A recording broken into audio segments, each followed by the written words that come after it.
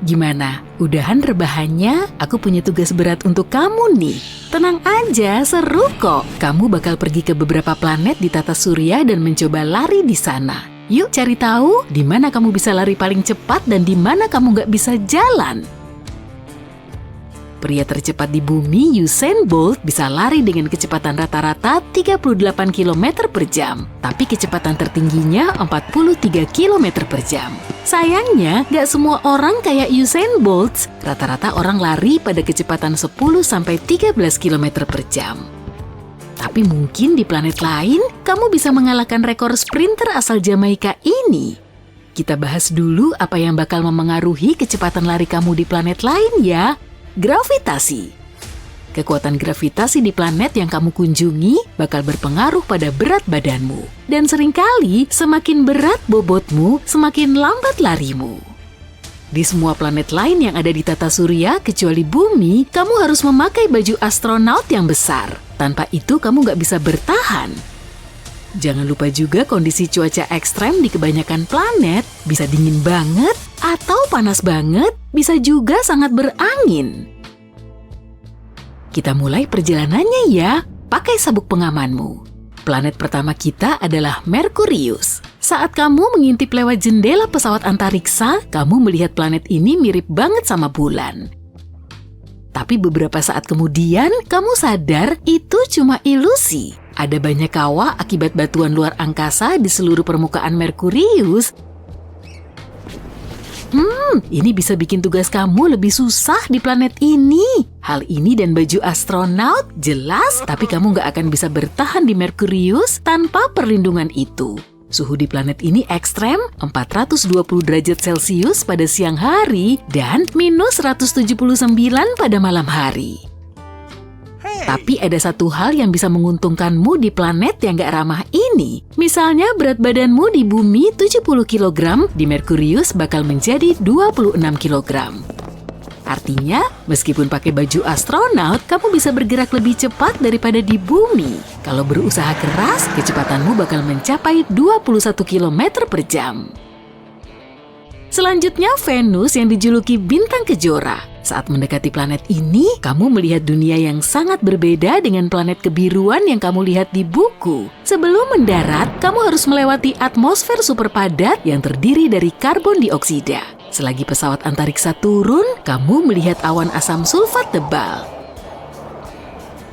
Venus sering disebut kembaran bumi karena punya ukuran dan kepadatan yang sama. Gak heran, di Venus berat badanmu hampir sama kayak di bumi, 63 kg. Memang lebih ringan di sini, tapi jangan lupa baju astronautmu.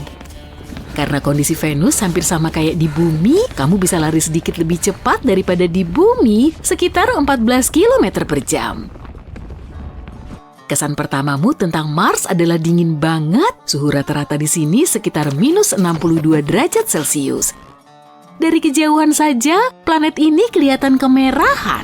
Begitu kamu menginjak permukaan Mars, kamu tahu penyebabnya. Permukaannya dipenuhi debu warna karat. Debu halus itu juga mengapung di udara di sekitarmu. Kamu melihat warna keemasan, coklat, coklat tua, dan bahkan kehijauan di Mars. Ternyata itu dipengaruhi mineral yang ada di tanahnya. Tebal lapisan debunya berbeda-beda, tapi kebanyakan sekitar 2 meter. Itu bikin lari jadi lebih susah. Di Mars berat badanmu bakal jauh lebih ringan daripada di bumi, cuma 26 kg. Ini bakal membantumu mencapai kecepatan 19 km per jam. Hebat kan? Apa tuh di kejauhan? Mirip tornado. Itu badai debu. Berarti waktunya lari. Badai debu kadang menyelimuti seluruh planet ini dan kamu bahkan bisa melihat badai terbesar Mars dari bumi. Dan sekarang ada masalah nih. Jupiter dan Saturnus adalah raksasa gas. Selain itu, planet ini sangat besar sampai bisa menelan 1.300 bumi. Masalahnya planet ini nggak punya permukaan padat. Bayangkan kayak apa latihan larimu kalau kamu bisa lari di Jupiter. Planet ini memiliki atmosfer yang terdiri dari hidrogen dan helium. Saat turun ke planet ini, kamu kagum dengan awan tebalnya yang berwarna coklat, kuning, merah, dan putih. Hal tersebut membuat planet ini warna-warni dan punya garis rata. Di Jupiter, berat badanmu 177 kg. Berjalan di planet ini bisa bikin kamu keringetan, ditambah baju astronot, itu juga kalau kamu bisa jalan di permukaannya. Kalau kamu mencoba lari di sana, hasilnya mungkin cuma 1,6 sampai 3 km per jam. Lebih parah lagi, Jupiter berangin banget. Kecepatannya 322 sampai 644 km per jam. Lihat cincin itu enggak? Itu Saturnus, satu lagi raksasa gas yang enggak punya permukaan padat. Planet ini sebagian besar terdiri dari hidrogen dan helium. Semakin dalam, suhu dan kepadatannya berubah. Kalau kamu berusaha menginjakan kaki di permukaan Saturnus, kamu akan langsung jatuh ke dalam planet itu. Emang sih, dari atas Saturnus kelihatan kayak punya permukaan. Bola coklat kekuningan padat ini dikelilingi beberapa lapis awan. Lapisan luarnya terdiri dari awan amonia, di bawahnya ada awan hidrosulfida, dan lapisan terdalamnya awan air.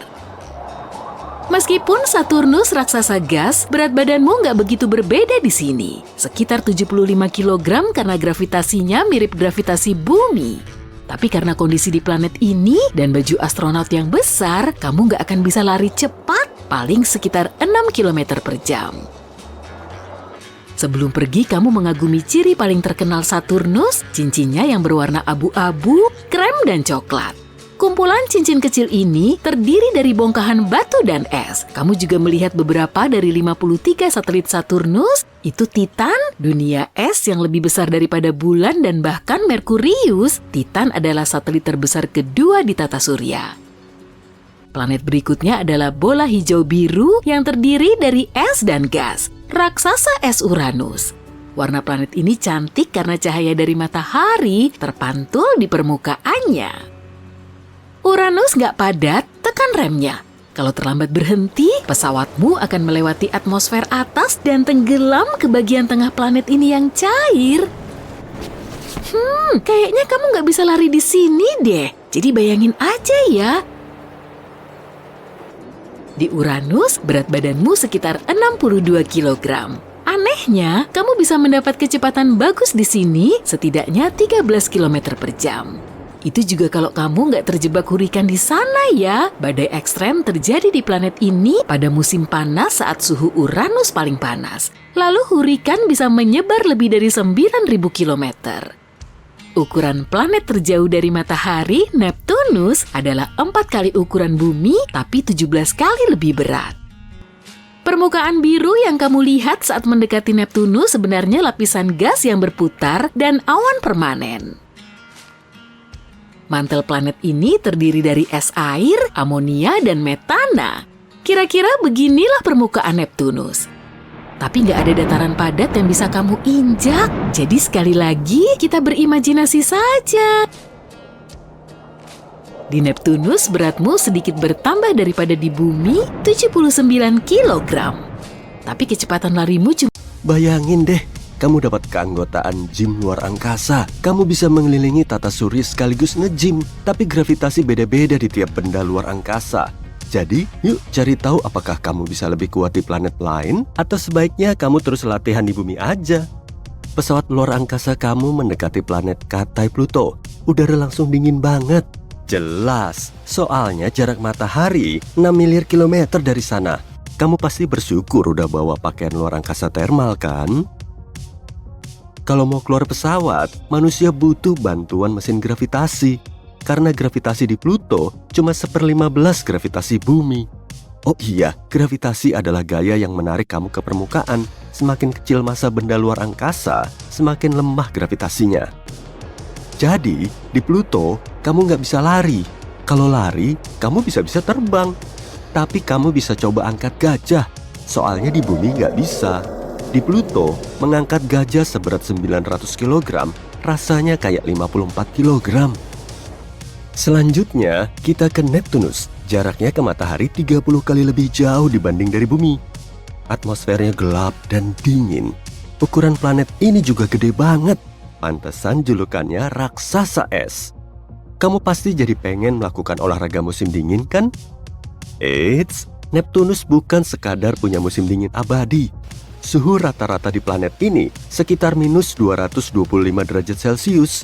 Tapi gravitasinya cuma 10% lebih kuat daripada di bumi. Jadi, bedanya nggak begitu jauh. Planet ini nggak punya permukaan padat, jadi kamu nggak akan bisa keluar dari pesawat. Apa itu ring hoki es? Ambil sepatu seluncur es dan stikmu. Ayo main dengan penumpang lain.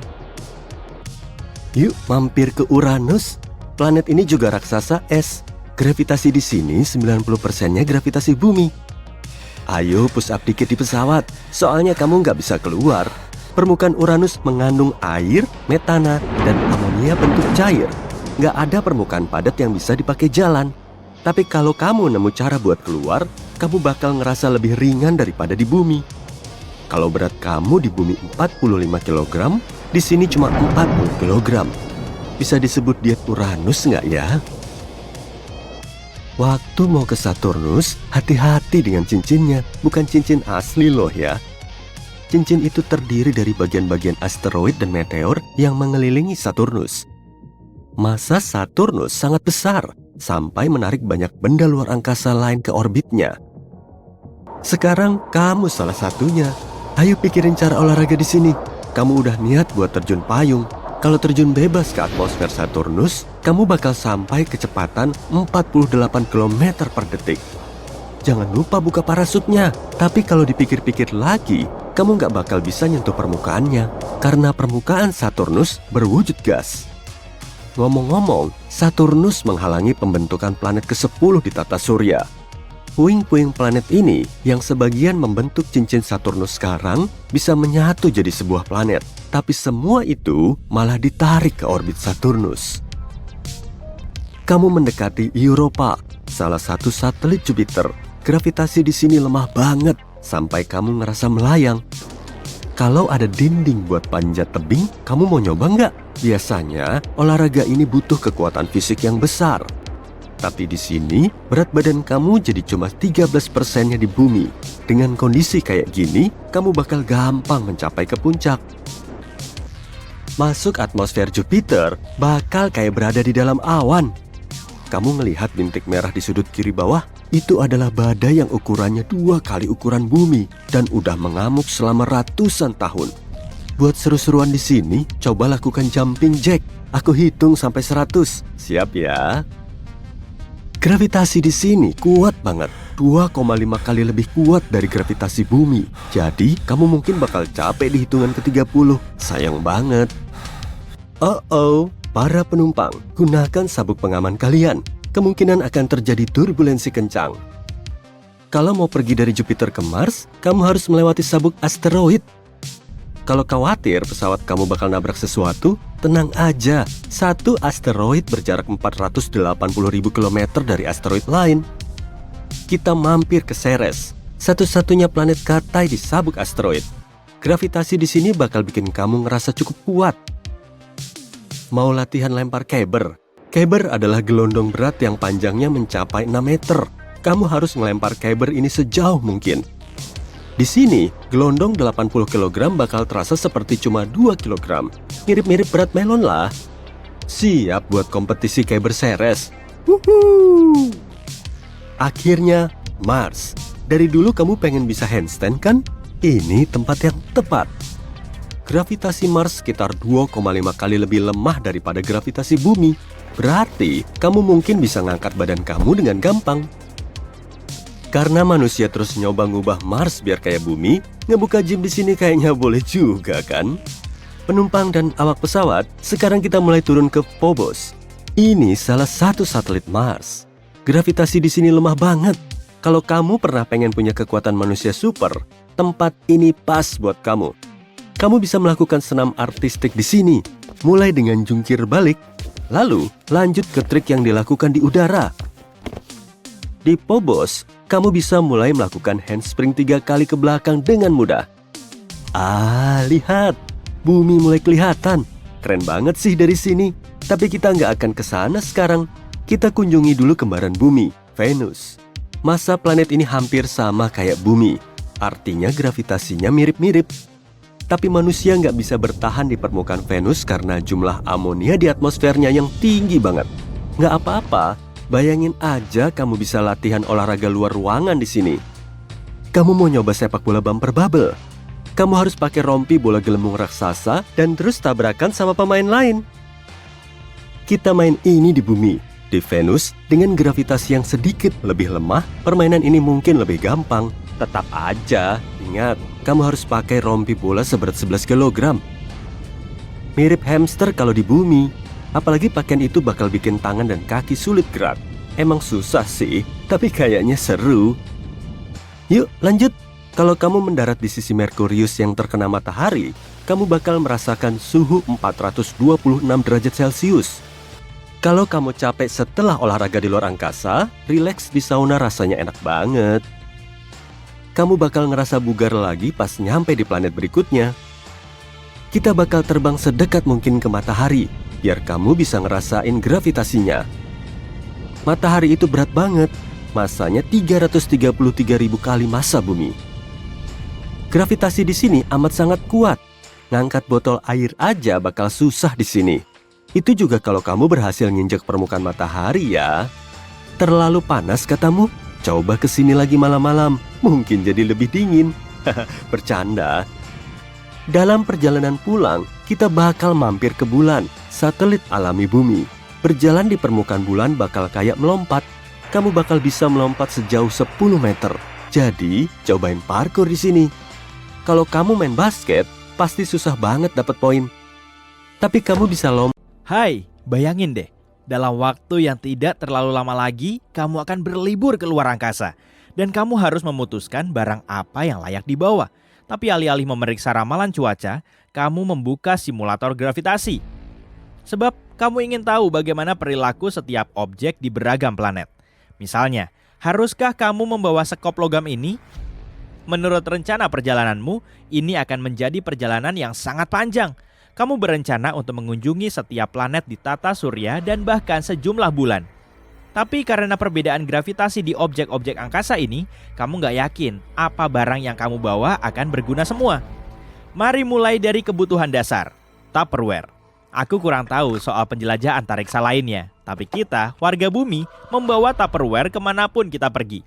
Dan tetap aja, kalau kamu membawanya ke misalnya Merkurius, benda ini kemungkinan besar akan terbang ke atmosfer. Wadah plastik yang kamu pakai untuk menyimpan makanan ini terlalu ringan. Dan karena gravitasi di Merkurius 2,5 kali lebih lemah dibanding gravitasi bumi, mungkin kamu harus mengisi wadah plastikmu sampai penuh sebelum dikeluarkan dari pesawat antariksamu saat piknik.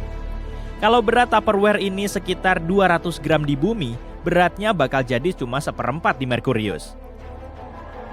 Nah, kalau kita masukin pisang, wortel kecil, dan 2 semangka, baru Tupperware-mu aman untuk dibawa keluar kendaraan antariksamu. Kamu bakal cuma akan kesulitan masukin semuanya ke wadah ukuran standar.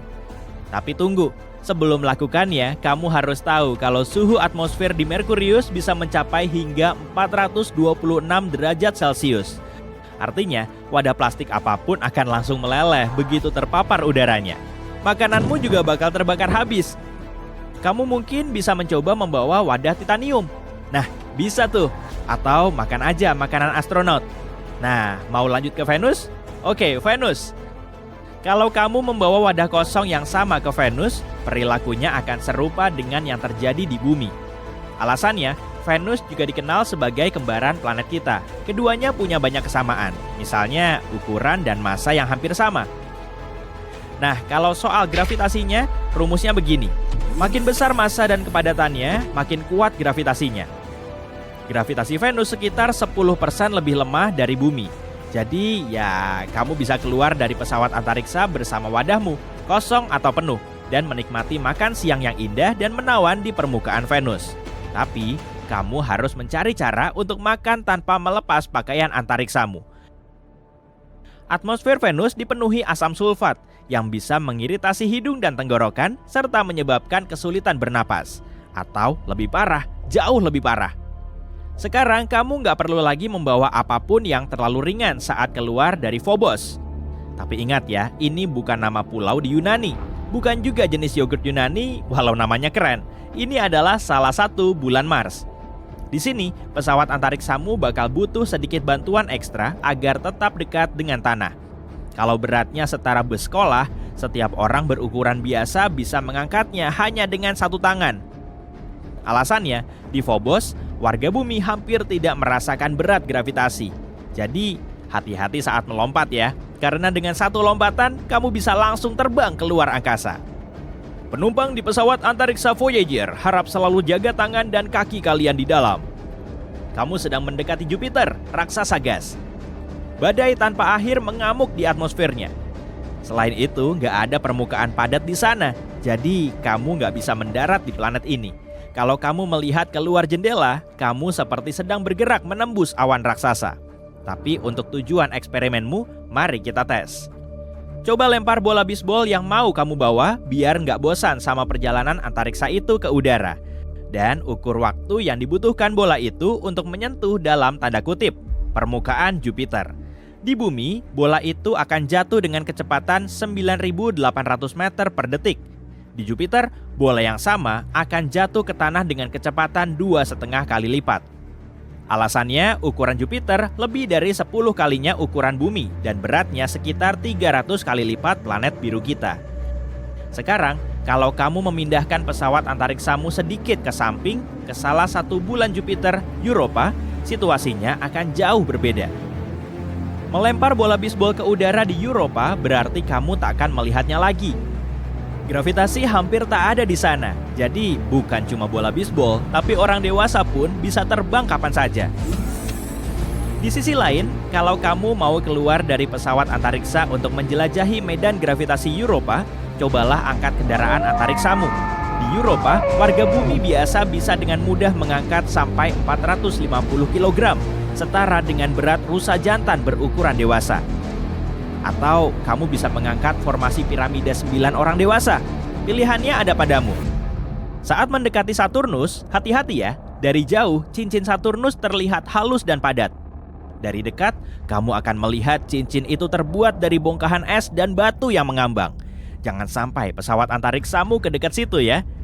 Di Saturnus juga nggak ada permukaan padat, sehingga kamu nggak bisa mendarat. Dan udaranya penuh amonia. Ingat, ini adalah lingkungan yang sangat tidak ramah bagi manusia. Di dalam pesawat antariksa, kamu menemukan koleksi buku sains fiksi yang cukup untuk memenuhi rak bukumu.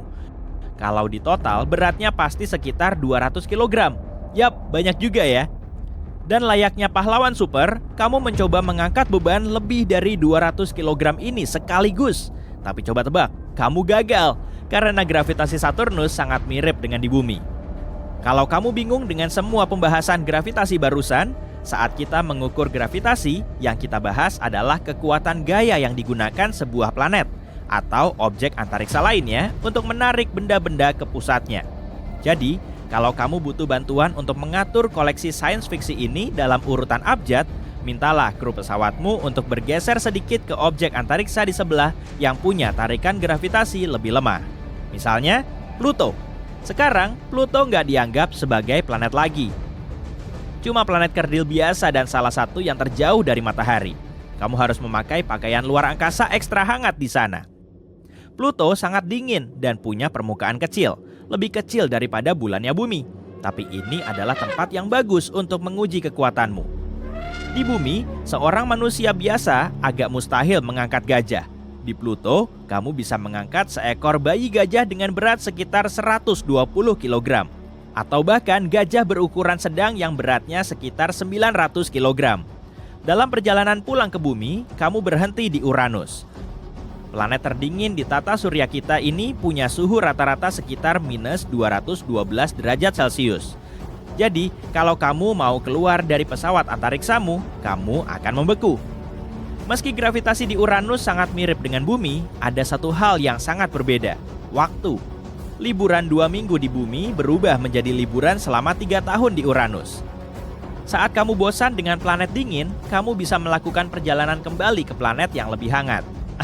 Oke, nah Mars jelas lebih hangat daripada Uranus, tapi suhu rata-ratanya masih sekitar minus.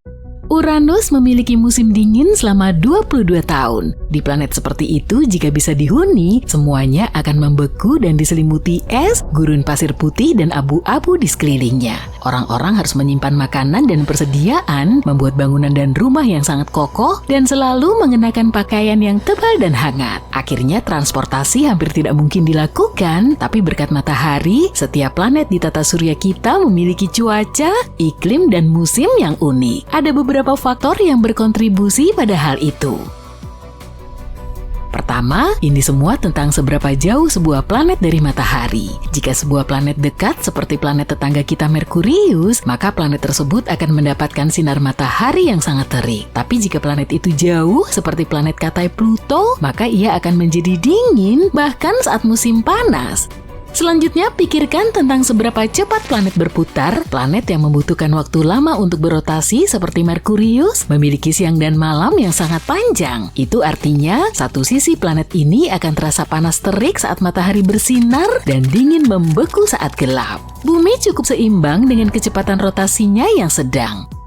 Atmosfer juga penting. Atmosfer yang tebal menjaga suhu agar tidak terlalu liar, tapi jika hampir tidak ada atmosfer, suhu akan memanas dan menjadi sangat dingin. Kemiringan sumbu planet dan bentuk orbit juga sangat penting nih. Bahkan di bumi, tempat-tempat di dekat kutub mengalami 6 bulan siang dan 6 bulan malam. Jika lintasan planet mengelilingi matahari berbentuk lonjong, maka planet akan semakin panas dan semakin dingin saat bergerak.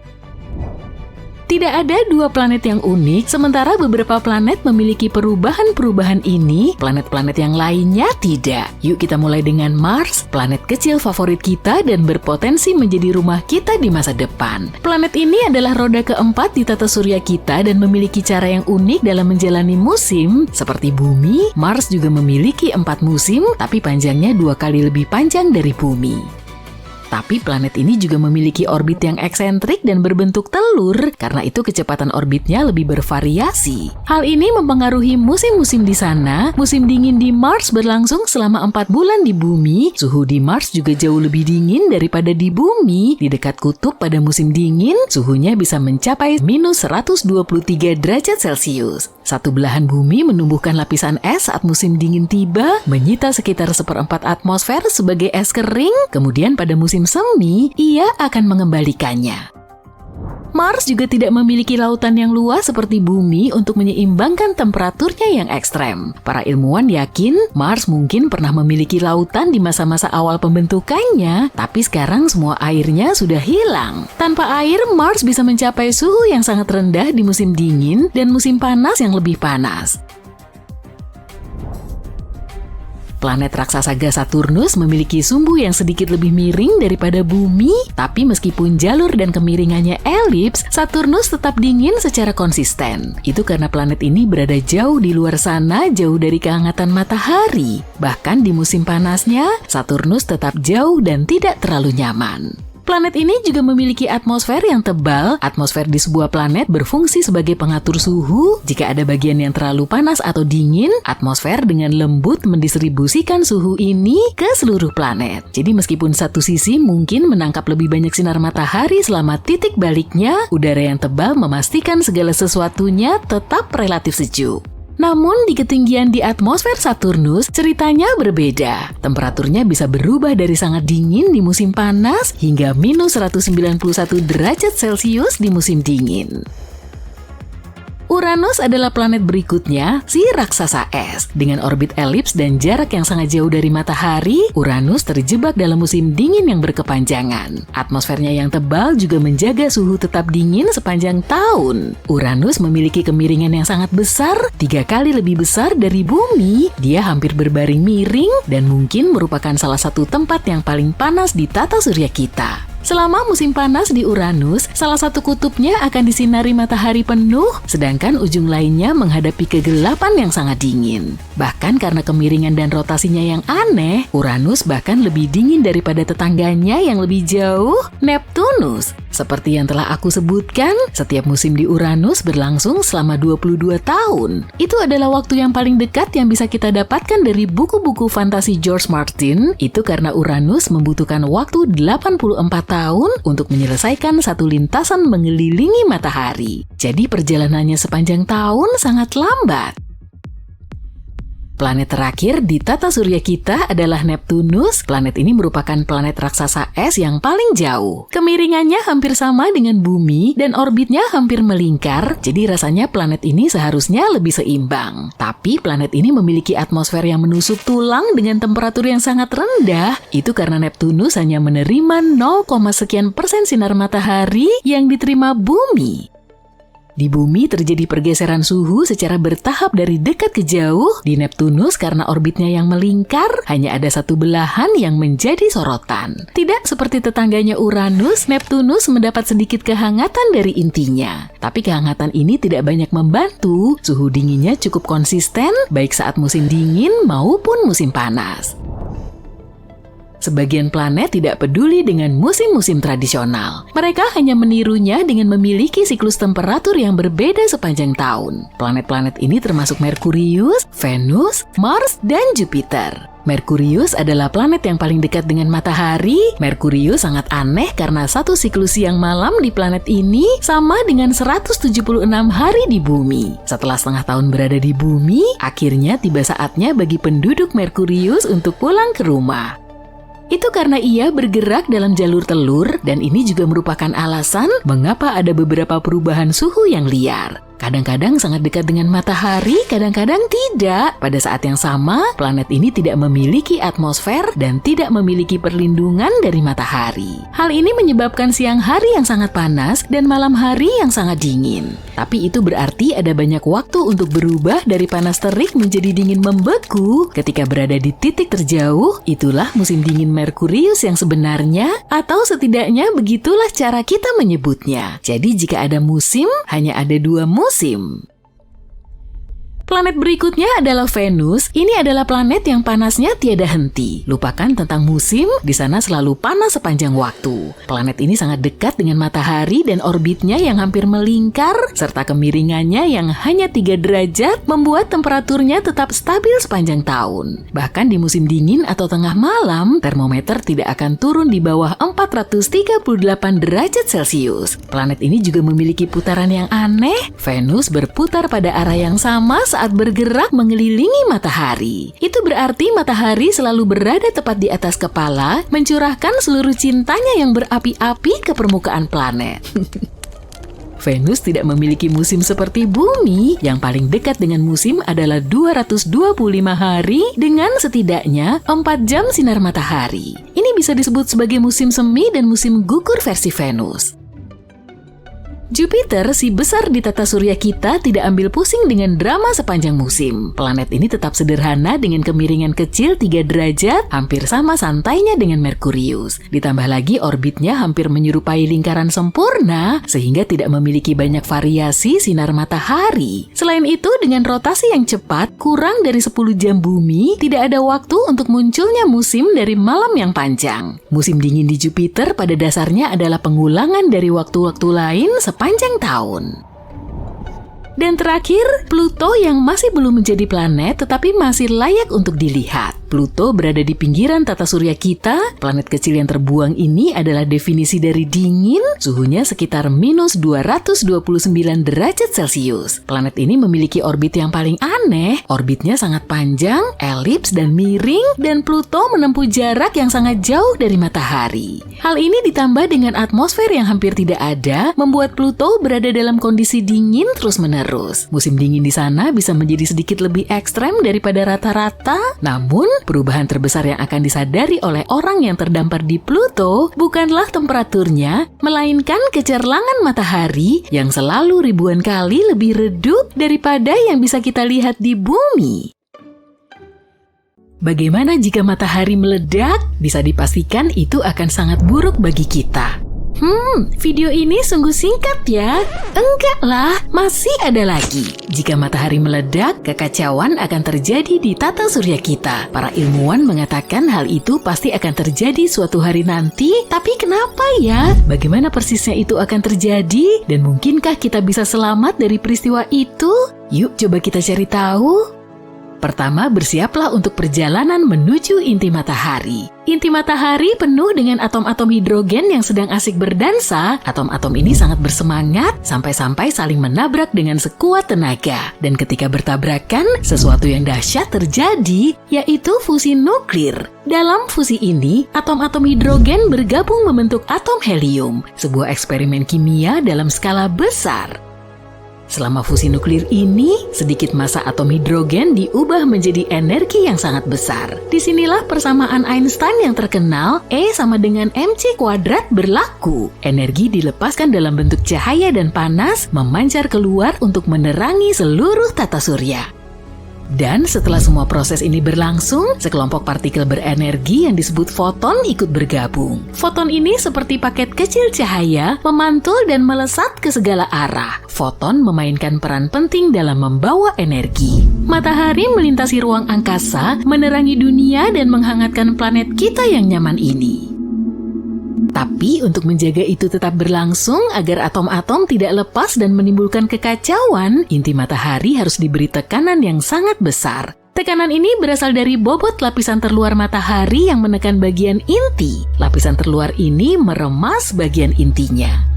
Tapi lapisan dalam tidak menyerah. Energi yang dihasilkan dari fusi dan foton yang bergejolak berusaha keras untuk keluar dari inti matahari. Tapi inti matahari sangat padat dan tekanannya sangat besar, sehingga energi itu butuh waktu lama untuk bisa keluar. Energi itu memantul-mantul, diserap dan dipancarkan kembali oleh partikel-partikel lain. Akhirnya setelah sekian lama, energi tersebut mencapai permukaan matahari dan melesat ke angkasa. Lalu sampai kepada kita sebagai sinar matahari.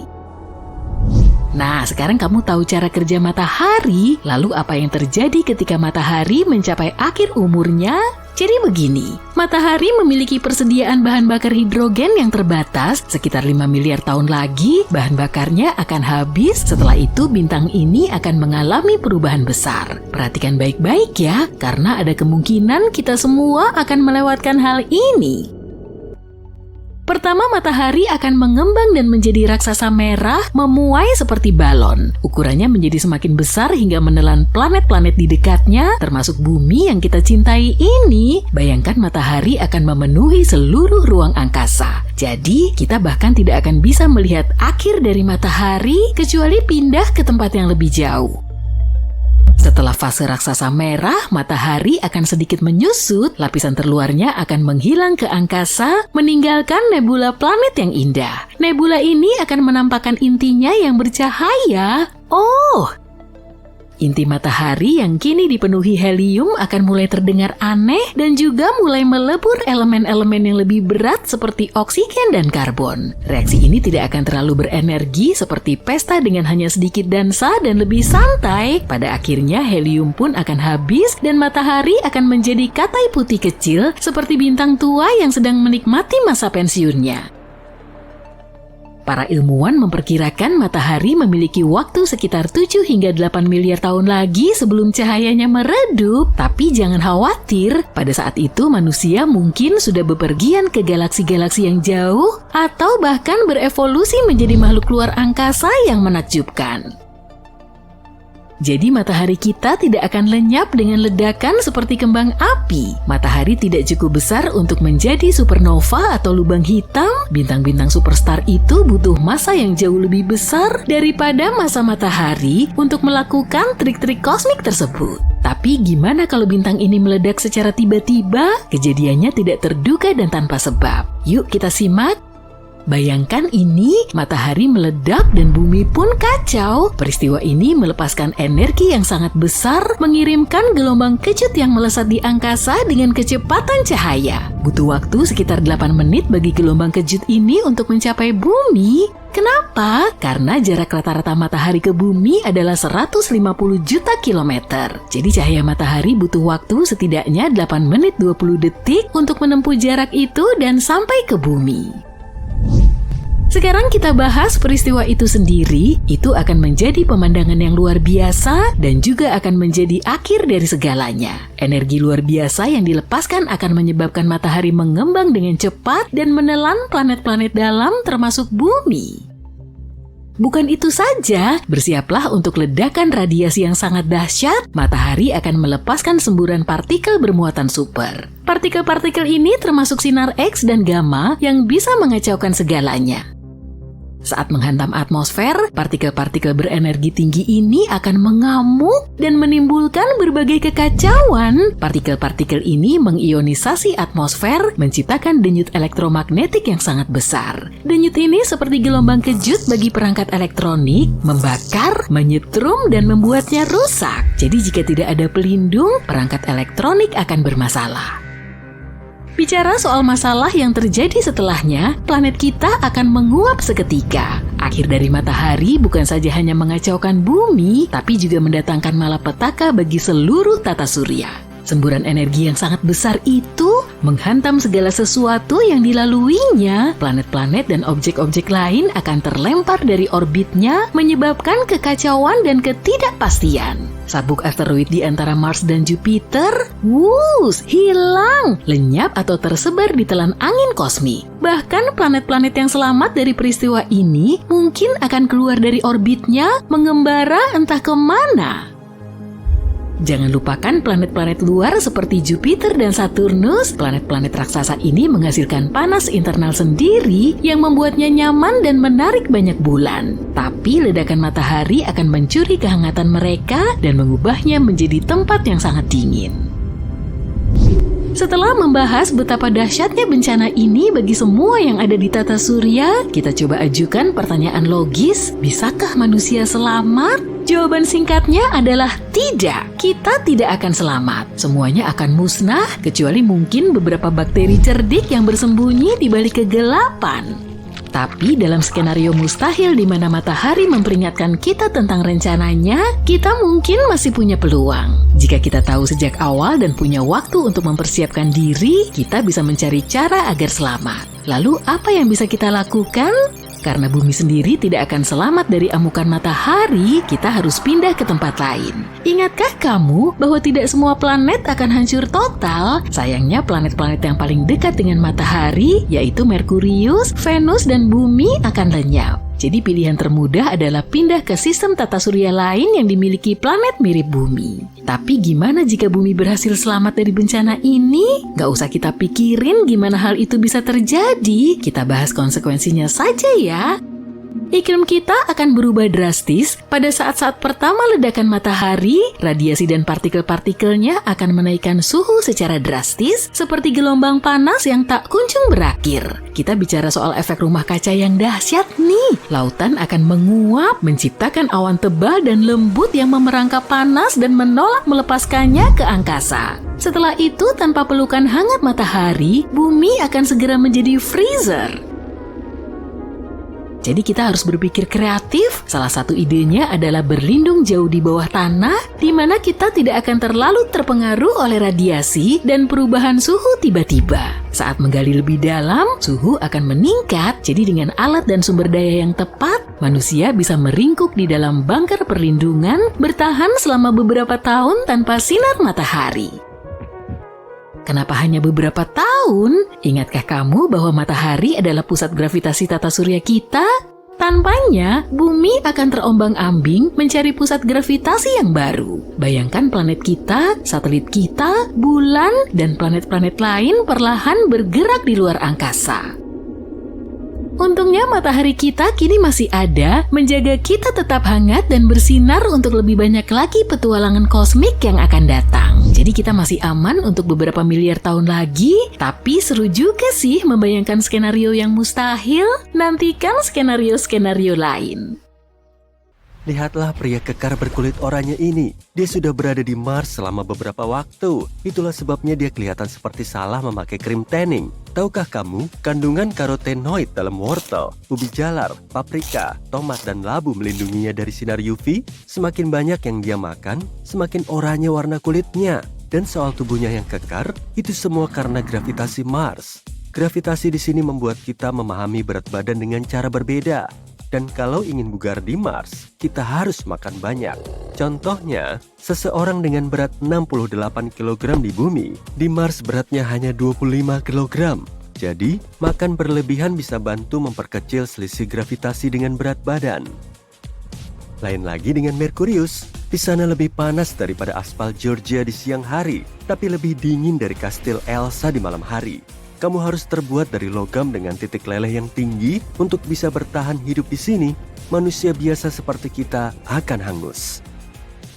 Meskipun Merkurius adalah planet yang paling dekat dengan matahari, Venus masih menjadi yang terpanas.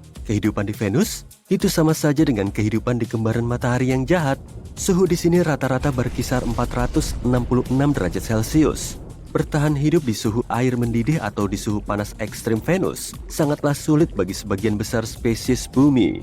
Hanya beberapa spesies tertentu yang mampu bertahan dalam suhu sangat panas. Yang lainnya bergegas ke Starbucks untuk menikmati ice latte saat musim semi tiba. Jadi, gak ada manusia yang bisa berevolusi untuk bertahan hidup di Venus. Satu-satunya makhluk yang bisa berkembang di sana mungkin tardigrada dan orang-orang aneh yang menambahkan saus pedas ke segala sesuatu. Kamu penasaran apa itu tardigrada?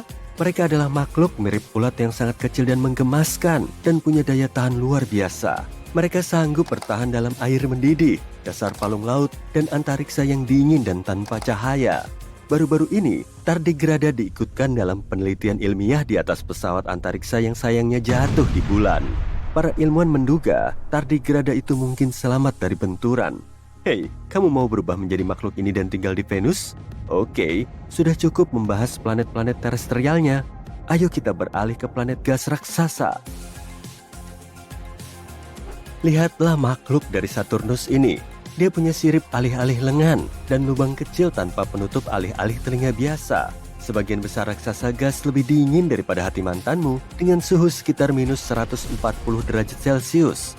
Kita nggak bisa berjalan di atasnya, tapi bisa mengubahnya jadi bola salju atau kristal es kalau mau. Kondisi di Jupiter juga cukup mirip, jadi mungkin berubah menjadi anjing laut dan bersantai di sana bukan ide buruk. Setidaknya kamu bisa tinggal di sana secara gratis. Ada juga Neptunus dan Uranus. Planet-planet ini adalah raksasa es tanpa permukaan padat. Jadi makhluk bercakar tajam yang kamu lihat di film itu, ya mereka nggak ada. Ditambah lagi, kedua planet ini nggak ramah bagi kehidupan. Aku lebih memilih makan ubi jalar di Mars. Terima kasih banyak. Mengkolonisasi planet lain seperti petualangan kosmik yang paling hebat. Ini adalah tantangan yang telah menarik imajinasi manusia selama berabad-abad dan merupakan sesuatu yang selalu kita impikan untuk dilakukan. Salah satu kandidat paling populer untuk peran ini adalah Mars. Dan hal ini nggak mengherankan, Mars adalah planet berbatu yang mirip dengan bumi dalam banyak hal dan bahkan memiliki bukti ada air di permukaannya. Hal ini menjadikannya kandidat utama untuk kolonisasi manusia. Banyak ilmuwan dan insinyur sedang menyusun rencana untuk mengirim manusia ke Mars dan membangun permukiman permanen di sana. Tapi bagaimana dengan kandidat lainnya? Ada banyak planet dan bulan di tata surya kita, jadi kenapa nggak berkoloni di tempat lain? Misalnya, Ceres. Ceres adalah harta karun kosmik yang paling utama. Ceres adalah planet katai, bukan planet yang utuh seperti Pluto. Ceres terletak di sabuk asteroid antara Mars dan Jupiter. Planet katai ini merupakan planet yang paling dekat dengan matahari dan ukurannya sangat kecil. Ukuran keseluruhan planet ini hampir sama dengan ukuran negara bagian Texas. Jadi kenapa memilihnya? Karena Ceres bisa jadi merupakan sumber yang kaya akan sumber daya yang berharga. Permukaan Ceres ditutupi kawah dan fitur geologi lainnya, dan para ilmuwan meyakini kalau di bawah permukaannya terdapat lapisan es yang tebal. Artinya, jauh di bawah tanah, Ceres mungkin memiliki lautan air cair. Kalau hal ini benar, Ceres bisa menjadi sumber daya yang berharga untuk misi antariksa di masa depan. Ceres berpotensi menjadi sumber air untuk eksplorasi manusia di tata surya. Jadi, bisakah kita mengkolonisasi Ceres? Dan jika bisa, bagaimana caranya? Sebenarnya banyak ilmuwan dan penggemar antariksa yang sudah mengusulkan ide ini. Untuk bisa mengkolonisasi Ceres, kita harus menggunakan metode yang sama dengan yang digunakan untuk membangun koloni di bulan, Merkurius, dan satelit-satelit Jupiter dan Saturnus. Jangan khawatir, itu nggak sulit kok. Kita hanya perlu mencari cara untuk beradaptasi dengan atmosfer yang sangat tipis, suhu yang ekstrim, tekanan, dan hal-hal buruk lainnya. Tapi, yuk tetap berharap pada akhirnya semua bermuara pada sumber daya. Kita membutuhkan air, mineral, silika, dan bahan mentah lainnya. Semua ini akan membantu kita menciptakan koloni yang mandiri. Dan untungnya Ceres memiliki semua itu. Jadi pertama-tama kita bisa membuat tempat tinggal di dalam kawah Ceres. Kita bisa membangun kubah di sana yang akan melindungi kita dari berbagai hal berbahaya seperti radiasi. Kita juga bisa menambang regoliths di sabuk asteroid. Regolith adalah tanah sisa yang muncul akibat pelapukan kosmik pada batuan. Pada dasarnya, regolith mirip dengan lapisan permukaan tanah di bulan. Mengapa kita membutuhkannya? Ya karena kita bisa menggunakannya untuk mencetak lapisan dasar 3D di sebelah es, sehingga pangkalan kita akan berada di dekat air. Lapisan dasar ini kemudian bisa kita gunakan untuk mencetak struktur lain seperti rumah. Kita juga bisa mengumpulkan es dan molekul organik untuk membuat air, dan dengan menggabungkan air dengan regolith, kita akan mendapatkan tanah yang bisa digunakan untuk menanam tanaman dan makanan. Bagus! Ada juga pilihan lain nih, koloni bisa dibuat di bawah tanah, artinya tepat di sebelah kerak es planet ini. Nah, kalau di masa depan kita menjadi ilmuwan super keren, kita bisa mencoba mempercepat rotasi Ceres. Kedengarannya gila, tapi akan sangat bermanfaat. Itu akan membantu kita menciptakan gravitasi buatan di dalam koloni bawah tanah. Dan ngomong-ngomong soal gravitasi, semua hal tersebut mungkin terdengar keren, tapi mari kita bahas kesulitan yang ada di depan kita saat melakukan kolonisasi. Untuk bisa mengkolonisasi Ceres, kita harus mengatasi sejumlah tantangan. Pertama-tama, kita perlu mengembangkan teknologi yang bisa membantu kita mencapai Ceres. Kita butuh pesawat yang bisa terbang jauh ke angkasa luar. Untuk itu, pertama-tama, kita harus menciptakan semacam traksi nuklir termal atau nuklir listrik. Dan mungkin jenis bahan bakar yang lebih canggih. Kemudian kita juga membutuhkan teknologi untuk membantu kita mempertahankan kehidupan di dunia yang kecil dan berbatu ini, yaitu alat untuk mengekstrak dan menggunakan sumber daya lokal. Selain itu, karena nggak ada atmosfer di Ceres, kita harus mengenakan pakaian antariksa dan tinggal di habitat bertekanan. Dan ini baru permulaan loh. Hidup di planet itu sendiri juga bukan tugas yang mudah. Sebagai contoh, bagaimana dengan temperatur yang ekstrim, atau radiasi, atau gravitasi yang sangat lemah? Yang terakhir ini jelas merupakan salah satu masalah terbesar. Gravitasi Ceres hanya 3% dari gravitasi bumi. Kamu tentu nggak ingin secara nggak sengaja terlempar keluar angkasa saat bermain sepak bola kan? Tapi, fakta lompatan apapun bisa membuatmu berada dalam perjalanan yang tak berujung bukanlah satu-satunya masalah. Bahkan kalau kamu tetap berada di permukaan planet ini, kamu akan mengalami gejala dan masalah yang sama dengan para astronot yang berada di stasiun luar angkasa internasional. Misalnya, kehilangan massa otot, penurunan kepadatan tulang, penurunan penglihatan, dan masalah dengan sistem kardiovaskular. Wow, siapa sangka ya gravitasi begitu penting? Jadi kalau ingin bertahan hidup di Ceres, kita butuh banyak dokter atau semacam gravitasi buatan. Dan jangan tanya bagaimana gravitasi yang rendah akan memperlambat produksi dan pekerjaan. Tentu saja, kita nggak bisa apa-apa tanpa membahas uang. Mengkolonisasi Ceres akan memakan biaya yang besar, terutama dengan mempertimbangkan semua hal yang tadi kusebutkan. Namun terlepas dari semua itu, Ceres tetap menjadi salah satu kandidat terbaik untuk dikolonisasi. Sebagai contoh, Ceres mengandung banyak metana dan amonia, itu bisa digunakan sebagai bahan bakar yang diproduksi atau gas nitrogen. Atau kamu bisa menambangnya di sana untuk mengkolonisasi Mars dan Venus. Gravitasi rendah pun memiliki kelebihan, berkat itu akan sangat mudah untuk meluncurkan wahana antariksa dari Ceres. Bahan bakar yang terbuang akan jauh lebih sedikit, yang artinya transportasi dari Ceres ke planet lain akan jauh lebih murah dan efisien. Jadi meskipun Ceres nggak menjadi tempat tinggal permanen kita, Ceres bisa menjadi pusat transportasi yang baik. semacam bandara antariksa gitu. Kita bisa menggunakannya sebagai pangkalan untuk menambang berbagai macam benda yang berguna dari sabuk asteroid. Kemudian kita bisa mengangkut semua sumber daya ini kembali ke Mars atau ke bumi. Ceres juga bisa menjadi stasiun pengisian bahan bakar untuk kapal-kapal yang melakukan perjalanan lebih jauh ke luar tata surya. Kedengarannya keren dan sangat fiksi ilmiah kan? Tapi tampaknya upaya untuk membuat pangkalan permanen di sabuk asteroid masih harus menunggu. Mengkolonisasi planet lain merupakan tugas yang sulit dan kompleks, butuh kerjasama dan keahlian dari berbagai pihak, serta melibatkan pengembangan teknologi baru dan mengatasi berbagai tantangan. Sebelum kita pergi ke Ceres, kita harus membangun infrastruktur di bulan, Mars, dan di tempat lainnya. Kalau enggak, upaya kolonisasi di sana akan sangat mahal dan kemungkinan besar akan gagal sebelum misi masa depan bisa mencapainya.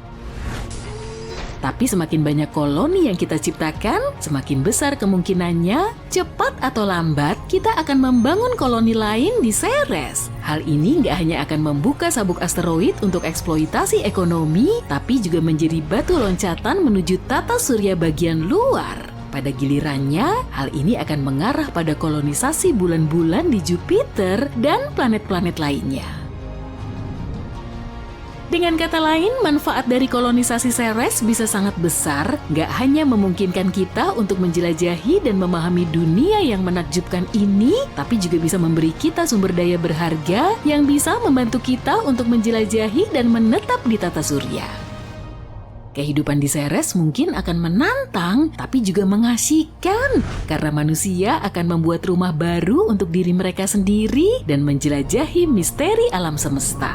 Bayangin semua restoran dan toko bertema planet baru yang bisa kita miliki. Selamat datang di Ceres Mart, di mana semuanya luar biasa. Jadi kalau kamu penggemar perburuan harta karun kosmik, Ceres jelas merupakan destinasi yang kaya dan bermanfaat. Pastikan kamu membawa pemberat di kakimu supaya kamu nggak terbang kemana-mana ya.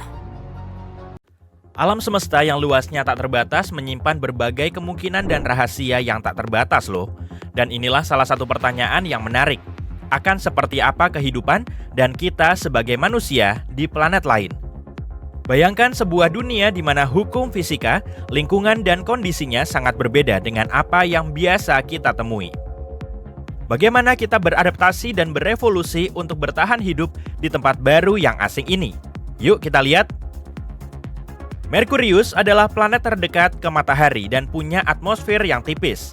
Temperatur di sana sangat ekstrim, dengan sisi siang hari mencapai lebih dari 426,7 derajat Celcius dan sisi malam hari turun hingga 179 derajat Celcius. Jadi apa yang bisa kita lakukan untuk bertahan hidup di suhu yang sangat ekstrim dan radiasi matahari yang konstan ini? Mungkin kita bisa berubah menjadi logam. Sebagai contoh, titanium dan platina bisa tahan suhu tinggi dengan sempurna. Tapi serius deh, ada sebuah pilihan. Kita bisa tinggal di bawah tanah, di mana suhunya nggak terlalu panas. Kalau kita tinggal di bawah tanah, kita mungkin berevolusi dengan mata yang besar untuk menangkap cahaya dengan lebih baik. Kita juga bisa berevolusi dengan kulit yang lebih tebal untuk melindungi diri kita dari radiasi yang kuat. Pada dasarnya, kita punya dua pilihan, menjadi logam atau menjadi tikus tanah. Yuk beralih ke Venus. Planet ini sangat nggak bersahabat. Pertama-tama, Venus dikenal dengan atmosfernya yang tebal dan lebih beracun daripada mantan. Seluruh planet ini diselimuti oleh karbon dioksida dan permukaannya benar-benar kering, yang membuatnya sangat panas. Suhu rata-rata sekitar 452,8 derajat Celcius, menjadikannya salah satu planet terpanas di tata surya kita. Selain itu, jangan lupakan tekanannya yang luar biasa. Berdiri di Venus akan terasa seperti berdiri 900 meter di bawah air. Hanya mikroba yang sangat kuat dari bumi yang bisa bertahan hidup dalam kondisi seperti itu. Jadi, kalau kamu ingin tinggal di Venus, kamu mungkin harus menjadi mikroba. Tapi sayangnya, karena kita bukan mikroba, kita harus memakai perlengkapan dan peralatan khusus untuk bertahan hidup di sana. Mungkin kita harus mengembangkan kerangka luar yang tahan panas untuk melindungi diri kita sendiri, serta mengembangkan paru-paru baru yang bisa menyaring elemen-elemen beracun di atmosfernya. Yuk bahas saudara merah favorit kita, Mars. Perubahan pertama yang terlihat setelah beberapa ratus tahun adalah kerangka baru. Gravitasi di Mars jauh lebih lemah daripada di Bumi, jadi otot dan tulang akan menyusut. Untuk mengimbangi perbedaan ini, kamu harus makan lebih banyak dan mungkin mulai pergi ke gym. Selain itu, kamu juga harus beradaptasi dengan tekanan atmosfer yang rendah dan suhu yang lebih dingin. Kamu harus mempertahankan panas, kan? Itu artinya kamu butuh lapisan lemak tubuh yang lebih tebal. Maaf teman-teman, tapi di Mars kita mungkin akan menjadi lebih gemuk. Alasan lain untuk mulai berolahraga nih. Perubahan besar lainnya akan terjadi pada kulit. Kulit seperti sebuah penghalang besar yang melindungi kita dari hal-hal yang berbahaya, seperti bakteri, sinar UV, penampilan yang menyeramkan, dan lain-lain. Jadi, apa yang akan terjadi pada kulit? Kemungkinan besar kulit akan berubah menjadi oranye karena karotenoid. Karotenoid adalah jenis nutrisi yang bisa didapat dari makanan seperti wortel, kentang, tomat, dan sebagainya. Karotenoid melindungi tubuh dari radiasi ultraviolet di Mars. Kekurangannya cuma satu, dengan makan banyak labu dari pasar petani Mars, kulitmu akan berubah menjadi oranye. Tapi mungkin itu nggak terlalu buruk. Mungkin hidup di Jupiter akan lebih mudah. Ya, nggak. Jupiter nggak punya daratan yang padat. Planet ini tersusun dari hidrogen dan helium dan disebut sebagai raksasa gas. Kamu akan melayang-layang di sana seperti di dalam awan raksasa. Dan kalaupun berhasil mendarat dan mencoba berjalan, rasanya akan seperti berjalan di tengah kabut yang sangat tebal. Jadi, bagaimana kita berevolusi di sana? Pertama, kita mungkin akan menjadi jauh lebih besar untuk bisa bertahan dari tekanan yang sangat besar. Kedua, fluktuasi temperatur di Jupiter sangat besar. Permukaannya sangat dingin dan temperaturnya meningkat secara signifikan di bawah lapisan luar atmosfer. Ketiga, kalau kamu tinggal di Jupiter, gak akan ada bahasa verbal. Planet raksasa gas ini menyerap gelombang radio, jadi meskipun kamu berbicara, gak akan ada yang mendengarnya. Musik juga gak akan ada, jadi gak ada pesta. Lalu apa gunanya? Hey, mungkin kita bisa berkomunikasi dengan bahasa isyarat, tapi itu juga nggak mudah. Jupiter penuh dengan angin kencang dan awan badai, jadi nggak mungkin kamu bisa melihat apapun. Jadi, kalaupun kita bisa berevolusi di sana, hidup kita tetap nggak akan mudah. Sebelum mendarat di Saturnus, kamu mungkin ingin melihat cincinnya yang ikonik. Tapi, kamu nggak akan bisa melakukannya karena cincin Saturnus terdiri dari sekumpulan partikel es yang melayang-layang di angkasa. Jadi, akan sangat sulit untuk mendarat. Jadi, mari langsung ke Saturnus. Pada awalnya, Saturnus tampak nggak terlalu buruk bagi kita. Beberapa lapisan di planet raksasa gas ini punya temperatur yang cukup bagus. Jika kita menyelam lebih dalam ke dalam Saturnus, suhu Saturnus ternyata sangat hangat. Hingga -3 derajat Celcius di lapisan keduanya. Ini adalah suhu rata-rata di negara-negara seperti Swedia dan Kanada. Tapi sayangnya ini hanya satu lapisan saja. Sisa planet ini sangat dingin, jadi untuk bisa bertahan hidup di Saturnus, kita harus melakukan banyak usaha. Selain dingin, kita juga harus menghadapi lingkungan yang keras di planet ini, termasuk badai yang hebat, angin kencang, dan radiasi. Untuk melindungi diri kita dari kondisi-kondisi tersebut, kita harus mengembangkan kulit yang lebih kuat lagi, mencari bahan insulasi, dan sebagainya. Planet berikutnya adalah Uranus. Uranus punya lingkungan yang sangat berbeda dengan Bumi, dengan suhu yang jauh lebih dingin, nggak punya permukaan padat, dan atmosfer yang jauh berbeda. Planet ini seperti Jupiter, tapi dengan warna biru. Tapi nggak seburuk itu kok. Bahkan di Uranus ada air. Satu-satunya masalah adalah planet ini penuh dengan amonia, zat berbahaya yang biasa kita gunakan untuk membersihkan rumah. Jadi, jangan kaget kalau kamu mencium bau busuk. Selain itu, di sana sangat dingin. Rasanya seperti musim dingin yang hampir nggak pernah berakhir. Jadi, bagaimana rasanya bertahan hidup di lingkungan yang gelap dan keras seperti itu? kita akan butuh kulit yang lebih tebal lagi untuk mengatasi suhu yang ekstrim. Dan lagi, kita butuh mata yang lebih besar untuk melihat lebih baik dalam kegelapan.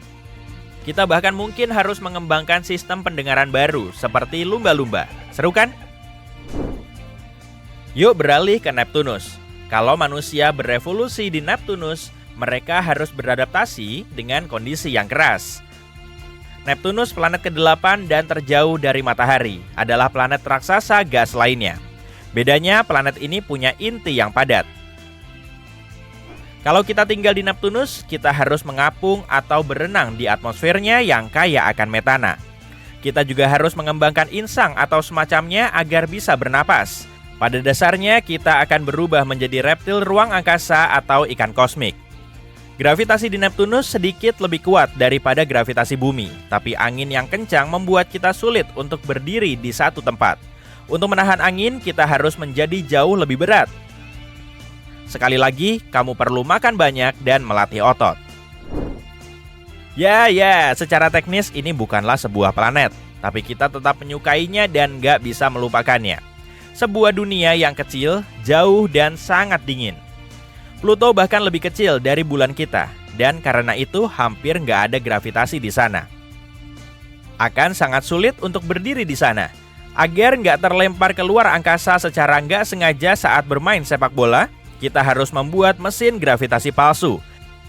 Dan kalau nggak ingin merasa pusing, kita harus mengembangkan sistem saraf yang baru. Tapi Pluto nggak seburuk itu kok. Misalnya, ada air cair di bawah permukaannya dan bahkan ada gunung-gunung es. Mungkin kita bisa bertahan hidup di sana kalau kita punya peralatan, pakaian, perbekalan, dan terlalu ribet. Pokoknya, dari panas terik Merkurius hingga suhu beku Neptunus, setiap planet punya tantangan lingkungan yang unik dan kesempatan untuk berevolusi. Meskipun kita mungkin gak akan pernah benar-benar tahu seperti apa manusia di planet-planet lain ini, sangat menarik untuk mempertimbangkan kemungkinan-kemungkinan yang tak terbatas. Jadi, jangan pernah berhenti mengamati bintang-bintang dan mengajukan pertanyaan-pertanyaan ini ya.